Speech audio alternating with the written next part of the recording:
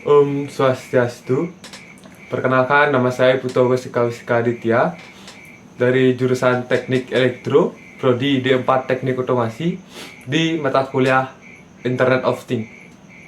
Di sini saya ingin menunjukkan hasil yang sudah dibuat sebelumnya, alat tracker GPS yang dimana terdapat beberapa sensor. Di sini saya akan sebutkan beberapa komponen yang saya gunakan, yaitu ESP32, sensor DHT11, sensor gas MQ3, sensor MPU 6050 yaitu giroskop, ada GPS Neo 6M, dan OLED 0,96 inch. Dan juga ada aplikasi Android yang dibuat menggunakan Flutter. Oke, kita masuk ke diagram rangkaian yang dimana sebelumnya juga sudah saya perlihatkan kepada Bapak dosen. Untuk sensor DHT saya hubungkan ke D4. Untuk sensor gas saya hubungkan ke D34. Untuk sensor giro itu terhubung ke SDA dan SCL. GPS Neo 6M itu terhubung ke RX-TX2. Dan terakhir itu ada LCD OLED itu terhubung ke SCA STL juga. Oke, selanjutnya kita masuk ke desain. Jadi desainnya saya buat seperti ini, dan beberapa tempat sensor ya sedikit melenceng dari perhitungan sebelumnya. Di sini sensor antena GPS-nya harusnya berada di sini, tapi untuk kabelnya tidak memadai dan tidak bisa dirubah. Mau tidak mau saya kali seperti ini.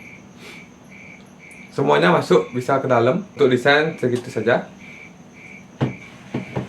Selanjutnya kita lanjut ke aplikasi. Jadi sebelumnya saya sudah mempersiapkan tracking, dimana saya melakukan tracking dari Jimbaran menuju Tabanan Marga. Itu sekitar 1,5 jam perjalanan. Jadi berikut saya tampilkan video saat saya mencari sinyal di Jimbaran. Oke, setelah mendapatkan sinyal GPS, bisa kita masuk ke aplikasi langsung. Di sini detailnya itu saya berangkat tanggal 16 bulan Mei 2025, 2 jam 21:07 WIB, dengan keadaan suhu 31 derajat dan kelembaban 82%. Selanjutnya saya sampai di Tabanan setelah 1,5 jam perjalanan dengan waktu saya sampai Tabanan itu jam 22:28 WIB, dan suhu di Tabanan itu 25 derajat Celcius dengan kelembaban 97%. Oke, sekian dari tracking yang sudah saya lakukan dari Jimbaran menuju Tabanan. Selanjutnya itu ada kesulitan saat pembuatan alat, yang dimana kesulitan yang saya alami itu hanya di bagian antri di pencetakan desain, yaitu 3D printer hanya tersedia sedikit dan harus menunggu giliran untuk ngeprint. Makanya di sini saya menggunakan tutup akrilik supaya tidak mengantri dengan teman.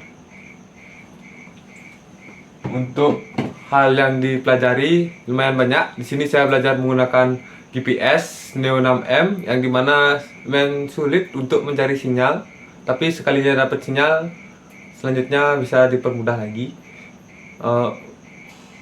Saya mau belajar menggunakan sensor gyro dan bagaimana koneksi antara ESP, Firebase, dan aplikasi pada smartphone. Oke, sekian video dari saya. Saya ucapkan terima kasih dan saya tutup dengan Prama Santi. Om Santi Santi Santi Om.